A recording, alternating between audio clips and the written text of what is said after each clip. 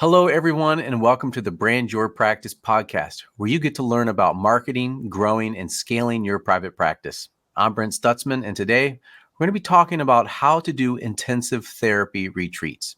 And to help me do that is Dr. Kathleen Kelly. She's the founder of Syrona Counseling Retreats in Winter Springs, Florida. Welcome to the show, Kathy.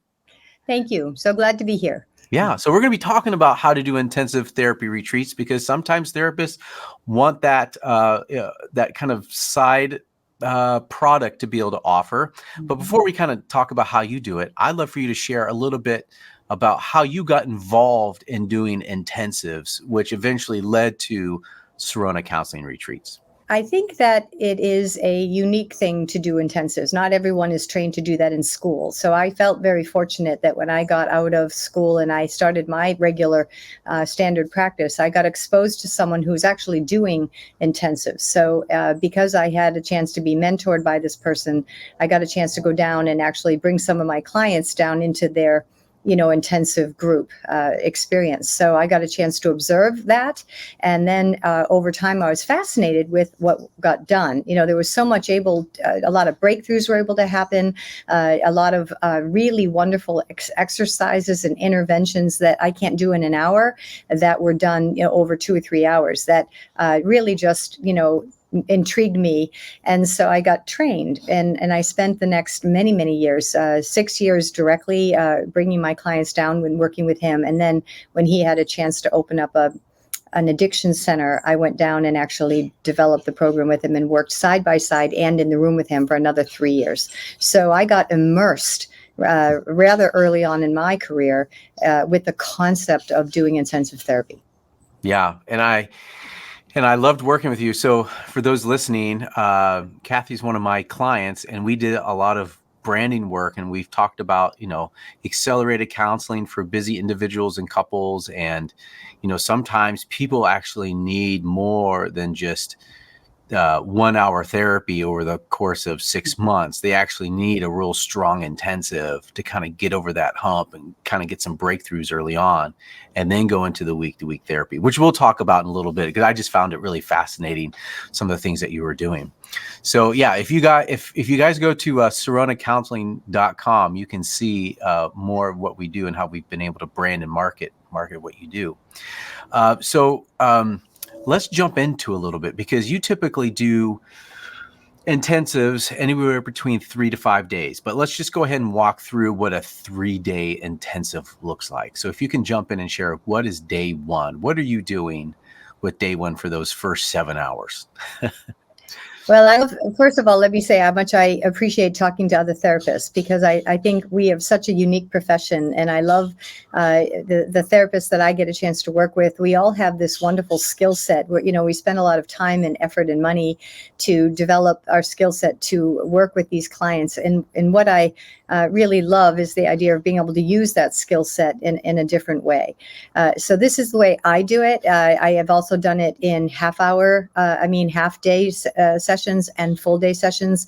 And I've seen other therapists do this in like 2-hour sessions. I've done that as well. So this is not the only way to do intensives. When you all have the wonderful skill set you have, you can really mix and match and do intensives in any way you want. But the way that we do it here at Syrona is we're trauma trained therapists, obviously. So I've been doing this for a long time. And so we actually sort of fell into being a place where people would go, other therapists refer their clients in for us to do the heavy lifting, so we tend to do a lot of deep therapy trauma work. And so therefore we do a 3-day program. So the first day, we do this, we kind of get grounded. It's like a little bit of an emotional assessment or a personality blueprint. We do a timeline. We start at when you were born to how old you are. So if they're 50 years old, we do 5 decades. If they're 27 years old, we do 2.5. That's a lot easier. Yeah.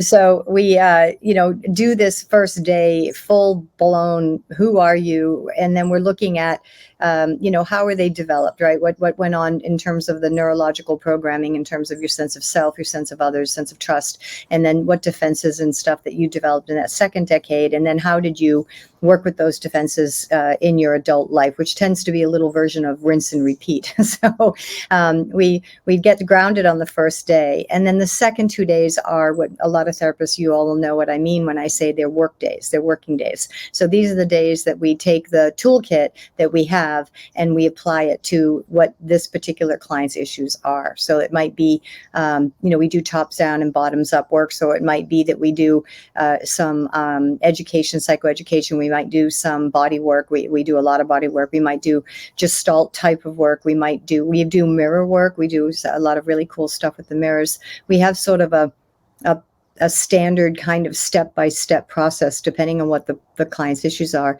But we start day 2 with that, and we kind of follow through customizing it to the client's needs. Got it. So I would love to jump in. I'd love for you to share a little bit more about what that timeline, that history looks like. Like, what are some of the things that you're looking for, some of the questions you're asking to kind of pull out what you need to know? We were all taught, right? I love again, I can assume an educated audience here. We're all taught how to do a background history, and we are all taught how important that is. But I did not ever get taught to do a background history like this. So I will often say to my clients, this is a two-way street. I'm doing this timeline because it's important for you to tell your story, but it's really about me. The first day is all about me, because if I'm not grounded, I can't help you. So once I'm grounded, I will say, hey, I got really good news and I got really bad news. The good news is I'm grounded. The bad news is I'm grounded because now I know what I need to do. So you're in trouble. So what the timeline does is I'm looking for, so we are asking questions. Clients want to, they want to tell you their story, but we're looking for particular things. So we ask a lot of questions people don't even think about, like, what kind of mother do you think your mom was that first year of your life? Like, I will often say, people jump to what they remember, 4, 5, 6, 7. I'm like, no. I'm talking about like birth to 1. And I'm like, so who took care of you? Because, an infant's needs are all consuming. So who was that? And people go, I never knew. My mother's working. Well, I'm like, well, I don't think she left you home 9 to 5. So who took care of you? Like, and therefore I'm trying to look at, well, I think I had a series of 6 or 7 babysitters. They all came in. And I'm like, oh, okay. So before we even get out of the gate, I'm looking at, ruptures in stability, potential ruptures in stability of that attachment. So I'm looking for specific things. And I'm starting with that assumption of that ideal child that none of us at really childhood, that really none of us have. But we're sort of looking at if all needs were met, what that looked like. And then I sort of do takeaways, like what wasn't there, either what was there and shouldn't have been, or what should have been there and wasn't there, right? So I'm looking at that. And then I'm like, well, what did you do with what was left? So that's kind of what I'm looking at with that timeline. It's really to feed my need to know certain things. And I'm asking those questions to feed that. Oh, I love that. I think, you obviously know Susan. You guys really like to nerd out on the we do neurological side and on the developmental stuff. Yeah. On the developmental. And for those who aren't listening, Susan's my wife. She's a child therapist. She'll actually really good too. Yeah, she'll actually go back to conception. She's wow. Were you conceived naturally, or was there IVF, or something else that was going on there? Because even then, like from the very beginning of conception, were you conceived in a petri dish? Yeah. Right? Like even that, she even goes all the way back to there. But I think that's so helpful. I would love, I could talk to you forever on this, but I love, because you talk a lot about the child, teen, and adult mindset. Because you're trying that whole idea, that whole history timeline is like you're trying to figure out major points in that and kind of that trifecta, the child, teen, and adult mindset. Would you be able to share briefly for our listeners? That's kind of a working framework that you have when you work with clients. Yeah, it's so great because you're so educated about what I do, which is really wonderful. So as you therapists all know, our field has really grown up. We know a lot of stuff. Now, we don't know everything. We still are learning stuff, but we know a lot of stuff. We have a right to be very proud of what we do. And some of that is complicated for clients. Are we going to be trying to explain to them what we know? They're not going to want to know the inner workings of the brain per se. So what I do is I hang a lot of the neuroscience and a lot of the cognitive, a lot of the emotional, theoretical, foundations and the body work that we do on a foundation, a basic structure that is a framework, so to speak, that simplifies it for clients. So forgive me, therapists, because a lot of you that are trained will know that I am simplifying this. But what I do is I basically say, look, the child mindset, there is no child inside of you. It is a mindset that you can get catapulted back into. It's a neural pathway, and it's a package. And when that gets accessed, it comes with a way of thinking. It comes with a way of feeling. It often comes with behaviors. And then I'll say, so that is, your brain never forgets what it learned, those first years. That it doesn't always use that information because the brain is a prediction machine. So it doesn't always predict based on that past. But when it does, man, you find yourself acting and feeling like a little kid. And so that's what I kind of do, is try to simplify it down. And then I really look at the hardest part in therapy, right, is to try to access compassion for that inner child, or compassion for self, whatever that language you want to use. But that teenager, I look at the teenager mindset as a way to hang the defense mechanisms, right? So we all have that inner need to protect ourselves from pain. And so rather than get complicated with clients, I just simply say, you have an inner teenager, and that teenager is protecting you from the unique vulnerabilities of your childhood. And that is your mother nature. That is your nervous system. You don't get to vote on that. Your nervous system systems doing that. And so what are the ways? Some people project, some people deny, some people compartmentalize or intellectualize, some people get really aggressive, they get yelling, or they get silent and they do the silent treatment. You know, some people drink, some people do drugs, you know, whatever it is they do. So I look at that as that is your teenager kind of coming up and trying their best. You know, they're 12. Depends how old your teenager comes in. So if your teenager comes in at 7, you know, your 7-year-old isn't exactly choosing the most wise decision, right? I'm going to just never feel again and turn off the feelings. You know, that sounds like a good idea for a 7-year-old, but not so good for a 27-year-old. So, you know, then I go into the adult mindset, which is really what you learn as you get older. But once those mindsets get in play, they don't always play well together. They have different hidden goals, they have different agendas, they have different motivations. So that's where you sort of feel sometimes like you're fighting yourself. Like, you know, a part of me wants to, you know, do this, but another part of me is terrified of doing it. I'm going to get embarrassed, or I'm ashamed, or I'm going to take a risk and I'll fail. But then I'm really mad that I'm not stepping up, but I'm really scared to step up. And what's wrong with me? And there's this torturous ambivalence. And that's because your mindsets are at odds. Your child wants to be safe and cared for and protected and mattering and loved. Your adult wants to go out and do shit. Oh, sorry. Your adult wants to go out and do stuff. That's fine. Can you be a therapist and not swear? I don't know. Yeah. But anyway, that's kind of how I look at the mindsets. It just I use it as a way for clients. I'm a therapist at heart, even though I really am a nerd out on all this stuff. What I really at the end of the day want to do is have the client get it and get it in a way that makes sense to them, that they can use in the moment, rather than, you know, in the middle of a conflict, all they have to do is go, oh my God, this is my teenager, you know? Yeah. Well, I think that's really helpful. So thank you.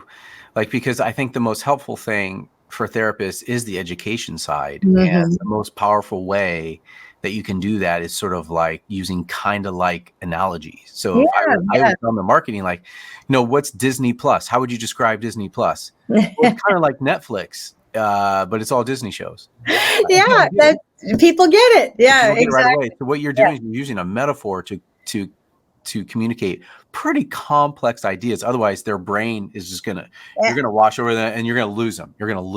So I love that. Sure, other therapists, exactly. I'm sure other therapists have had my experience where I used to do that. I used to try to go through the amygdala talks to the thalamus, and then you do this, and then the body does that, and their eyes are glazing over, and they're like, "Well, how do I get rid of my depression?" I wanted to go back because you talked about the child and the adult, but you mentioned the teen at the very end. Where do you usually see the teen mindset showing up? Always, almost always, everywhere. We tend to live in the teenager. And so our teenager is like the coping defensive strategies, right? So, when it's working well for us, why would we fix it? Like if it's not broke, let's not fix it. So a lot of people are walking around in their teenager because it works for them. It's only when the teenager no longer works in the environment you're in. So let's say you grew up where you're a people pleaser, and now you're in a position in a company where you actually have to start to fire people, or you've got to start to give feedback that's more direct, and all of a sudden the people pleasing that got you there, right, because you were a giver and a thoughtful person and you're always doing more than you probably should be doing, all of a sudden now they're saying, hey, you got to be assertive, right? So now all of a sudden your teenage strategy is like not working. So the adult is, the way I like to sort of talk about that is the adult is always going to be where you feel very balanced, you feel very wise, you feel like you're very magnanimous. The adult is really where you're never losing your what. Right. You're not, if you're in any other mind space, you're not in your adult. So the adult can be angry, the adult can be sad, it can have emotions, but it's not doing it in a way that's explosive or inappropriate to the situation. So the teenager is often where a lot of us live. Got it. Okay, super helpful. So day one, you're doing the timeline, you're going in and you're kind of hanging your hat on some of these as they're telling their story. You're like, okay, is this child, is this teen? You're kind of mapping some things for yourself. Like you said, day one's about you. So you can get grounded in there, because you have a limited amount of time with them, although you have a lot. So let's move into day two a little bit, because you talk about, you kind of have this, you're a trauma trained therapist, psychotherapist, and you have a toolbox. Mm-hmm. And you you talked about sometimes you do psychoeducation, you sometimes do body work. I'm curious if you could kind of walk us through what it could look like to have these different tools that you're using on day two.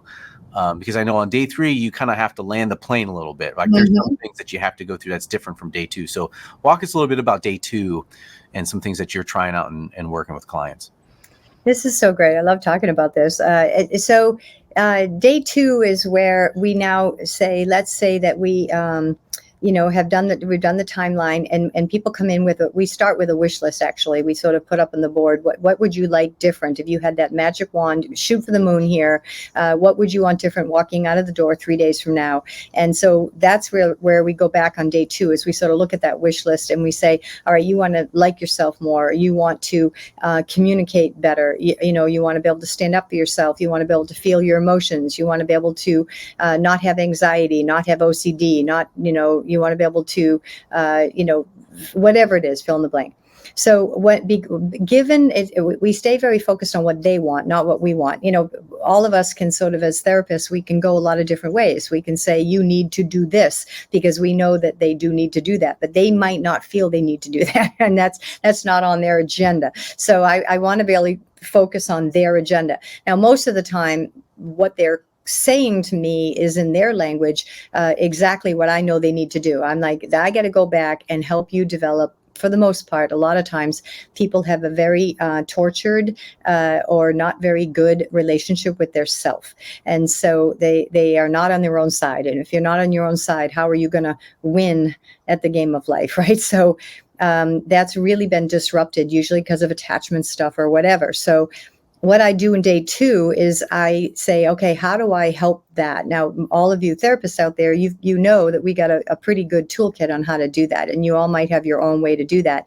I have a couple of different ways to work with this, and one of the ways I do that is the mirror work. I actually have, through frustration, have found that if I put people in front of the mirror, and I have double mirrors because I use the child and the teen, foundation. So I have them sitting on the couch in front of these mirrors, and I'm like, you ready to meet yourself? And I put them in front of the mirror, because looking at your reflected image really does affect a lot of the way the brain works. It's just really cool.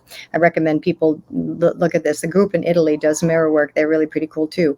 But So what you really I'm doing is I'm sort of setting the stage of that first contact. I want to try to help people kind of get back in touch with themselves. I want to know where they are. Do they really hate themselves? Are they kind of okay with themselves? But then I want them to really understand, looking at themselves, that dynamic between their vulnerability and the way they prevent their vulnerability. So let's say they don't feel their feelings. When I start asking questions or whatever, they can feel the shutdown. I'll have them look at the teenager and talk to themselves. And I'm saying, this is a negotiation between you, not me. My style can be kind of humorous. And I'll say sometimes, I can feel my feelings. It doesn't matter to me if you do or not. It's up to you whether you want to do it. To me, you say you want all these wonderful things, but in order to get them, you're going to have to negotiate with your teenager, because your teenager is giving you the middle finger right now and saying you're not going there. So you have to negotiate with yourself. And so we do that. I also do things like I play music. I'll do anything. I'll pull sentiment out. They're looking at the child, and I play this wonderful song from Rascal Flatts called "I Won't Let Go." And it's like, people start crying, because they're like looking at their little kid going, "I love you, I won't let go." So I'll do whatever it is I need to do to make that connection. And then once I make that connection, now I can actually do other pieces of work. So they might need to be aware of what their arousal level is. People that know the polyvagal stuff, I do a lot of that. So I try to teach people what it actually feels like to be in their child mindset. I want them to know the difference with what that feels like, how they're thinking, so they can be aware of it. And I'll put them on the couch, and I do a lot of Pat Ogden, Peter Levine body work, where I get them tuned into either micro or macro movements. I might want to know, if they've had trauma, can they, or where are they stuck? Can they push? Can they kick? Can they fight? Where have some of the big macro movements have been limited, or repressed, or truncated? So, depending on what they need, I'll do that second day, and I do it based, again, as many therapists will know, there's going to be an order to that. So that's what I do on that second day. I do a lot of Gestalt work. So I do a lot of empty chair stuff, and I do it in kind of a lot of different creative ways. And I'm amazed at what some therapists do out there. I watch TikTok and Instagram. I think a lot of people putting some fabulous stuff out there. And I've actually used some of those techniques that I've seen on TikTok. Like make me laugh. And I'm like, that's a good way to do that, So I will, do the second day that way. Got it. Does that help? Yeah, that's super helpful. Thank you. Yes, you're going deep. You're going deep. Yep. Well, before we move on to day 3, I do want to let our listeners know about the Group Practice Scaling Summit that I'm putting on with Nate Hendricks from Navigator Bookkeeping. So if you started a group practice, well, you've probably started a group practice because you wanted to scale your income to be able to provide for yourself or family, or scale your impact on the lives of your clients and the clinicians in the community around you, or maybe scale a business asset that you eventually want to sell someday. But the problem is, although you have amazing clinical skills, you struggle with the scaling part of your business, and you're not alone. Maybe you're struggling with the marketing, or maybe you're struggling with the finances, or maybe you're struggling how to create operational systems so you can work less in your business and scale it up. Well, if any of those describe your situation, there's a good chance you're probably feeling overwhelmed, and you're wishing you had that key to unlock the solution to that problem. And that's why we created the Group Practice Scaling Summit. It's an intimate gathering of group practice owners to get fresh ideas and solutions to problems that are preventing you from scaling your practice. And here's what you need to know about the conference. It's April 23 and 24 of 2024.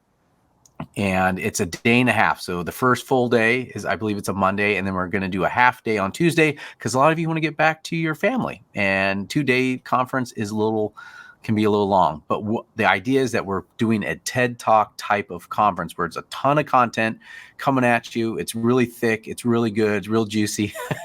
And you're gonna walk away wanting more. But we want to give you a lot of great content up front. It's also in the beautiful Oak Park community in Illinois. It's just right outside Chicago. It's at the 19th Century Club. It's only 20 minutes from O'Hare, and it's only 20 minutes from Midway. It's easy to get to, and it's right next to some of Frank Lloyd Wright's beautiful homes as well. for those who really care about architecture. Really. It's limited. The summit is limited to 50 practice owners. So you could bring yourself as a practice owner, and maybe you could bring your marketing director or a clinical director or a practice manager, because it's going to be a great team building exercise for you as well. So to find out more about it, go to brandyourpractice.com/summit. That's brandyourpractice.com/summit to see the speaker lineup, including my guest today, Kathy. She's going to be diving into her intensive method, the Syrona Counseling Method. So please go to brandyourpractice.com/summit to take a look at the event, and we'd love to have you join us. All right, let's jump in day 3. Can you walk us through a little bit about what day 3 looks like? Sure. So I was just training 2 of my therapists this morning, and they were saying day 3 is harder. You're always not really quite so sure about what we're going to do on day 3. And that's because day 3 is almost completely dependent on what happened in day 2.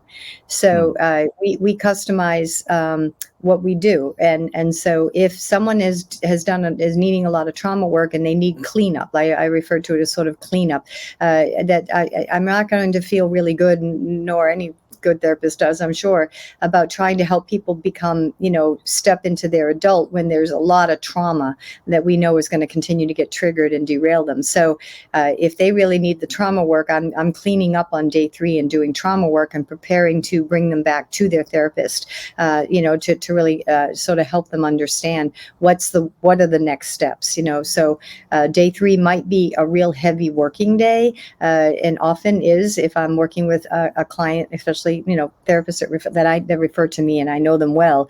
They've usually brought their clients in with a list. I want you to get to this place, because they know they're going to take them from there going forward. So I will make sure I get to that place.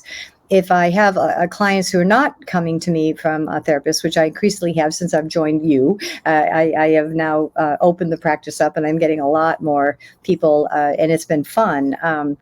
Now I really do have to land the plane, right? I have to sort of think, what is it they really want, and how do I get there? And a lot of times it is this idea that for many people, because we've been in our teenagers so much, that what they want is sometimes they'll have a list of what they don't want. I don't want to be stressed. I don't want to be depressed. I don't want to be anxious. I don't want to be OCD. I don't want, to be yelling all the time.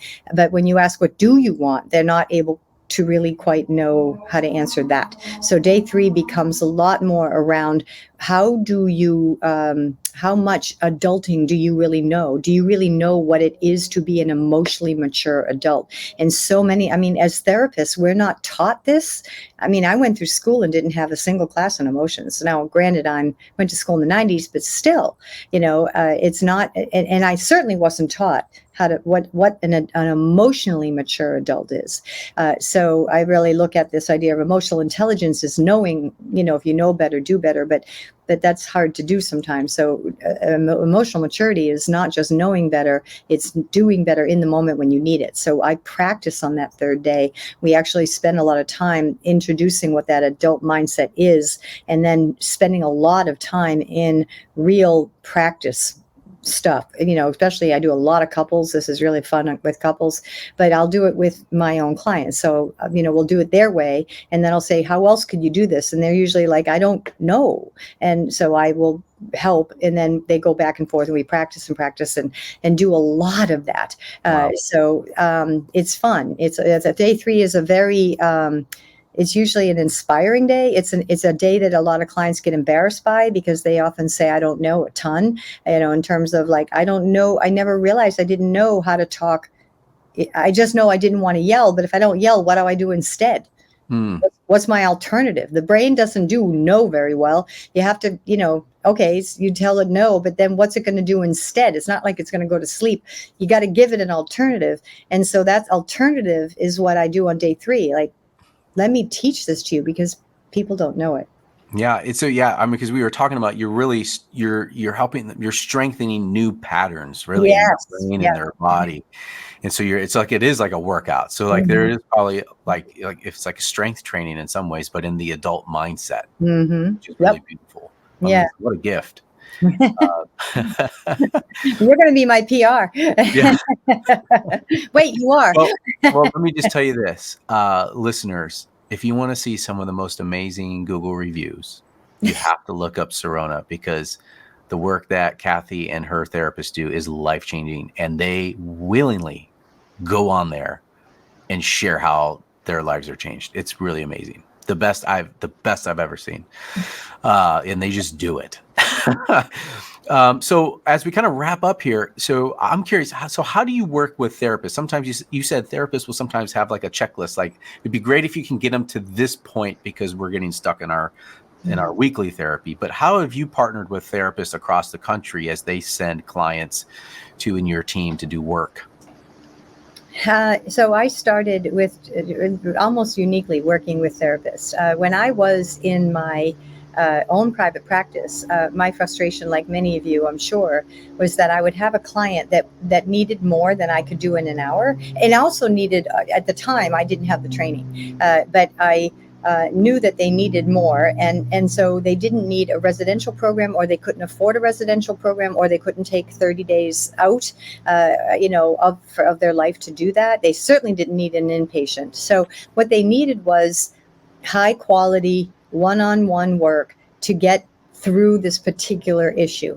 And I just couldn't find anyone to do that. And that's when I found my mentor, and he was doing these groups. So that's why I was such a fan, because I was bringing almost my caseload down to him for 6 years, like, let's do this. I was selling it to all my clients, because he would create these breakthroughs, which then allowed me to continue on my work with them. So I think that's what is so important about the intensives is working with therapists, is that they will call me and say, this client needs this. And it's either because they don't have time, or they are really afraid they have the training, they have the time maybe even, but they're afraid to open up and get the client exposed and not be able to close it down appropriately in 2 hours, or even 3. They don't do 21 hours like I do, So that's really how I partner with therapists, is that, they are so good. They know what their client wants. I much prefer talking to the therapist than the client sometimes, because the client will say, I want this, this, and this. And then I talk to the therapist, and the therapist is like, this is what they need. Yeah. And I'm like, okay, I got it. Mm-hmm. Yeah, that's great. So they'll come and they'll work with you, and then you'll do some heavy work with them, but you send them back kind of with some new like patterns, right? So we talked about day 3, strengthening those patterns, and you send them back to their client, wherever they might be, to the therapist, and they're able to continue that weekly kind of work then. Yeah.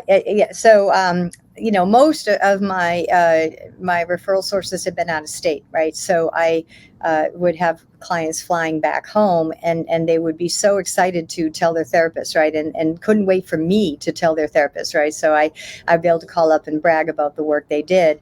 And then, really there was a lot of times, honestly, the therapist then just took it and ran, like they would, call me and say, this has been great. But the movement that they've been able to make with the client, they were actually able to get to the issues they were trying to get to in their regular real life, where I did a lot of the past stuff. I did a lot of the cleanup. And so the therapist really got a chance to do some of that fun stuff. I'm doing a little bit more of that fun stuff now with my day 3, and I will follow up with clients with phone calls. I do not take clients on regularly. I don't. So I need referrals. And that's one of the things that's been great, is I'm learning new therapists, because I need to refer all these clients that are coming in through you and through the website that don't have good therapists, or don't have any therapist. So I'm really, always scouring to find out how I can, as part of what I do, I find and hook them up with a therapist, either before or after they do the work with me. Yeah. Well, that's great. Well, thank you so much, Kathy, for joining me and talking a little bit about how you do intensives. It's really good. And I'm sure our listeners have learned a ton and kind of got their own wheels turning a little bit too, because I know these next couple of years, you're kind of honing in on this method that eventually might release out into the world and train other therapists on how to do intensives in the Syrona method. So go ahead.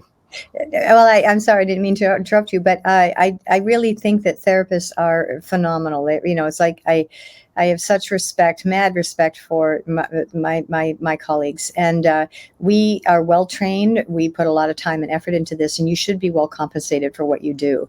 And I think that learning how to do intensives in whatever form you do, to use your clinical set that you know what to do, and to take it beyond that 1 hour is really valuable. Just not for you; it's a more fun way to work, but it's really valuable for clients. So I think intensives. This is how I do it. Other people can do it in small groups. Other people, like I said, do it half days, full days. But the concept of using your talents, your skills, and having extended time to do that in, I think is a really valuable win-win for therapy and therapists and clients. Yeah, that's great. Well, if you want to learn more about it, come to the Group Practice Scaling Summit to learn more from Kathy. You could also go to SyronaCounseling.com to see her practice and what her and her team are doing. It's pretty awesome. So, all right, everyone, all the content on the Brand Your Practice website and podcasts and other media reflects my own opinions and should not be taken as legal advice, financial advice, or investment advice. Please seek out the guidance of professionally trained and licensed individuals before making any decisions. Some links in the descriptions may be affiliate links. All right, folks, thanks for listening. If you found the conversation useful, subscribe to the podcast. Please join me again for the Brand Your Practice podcast.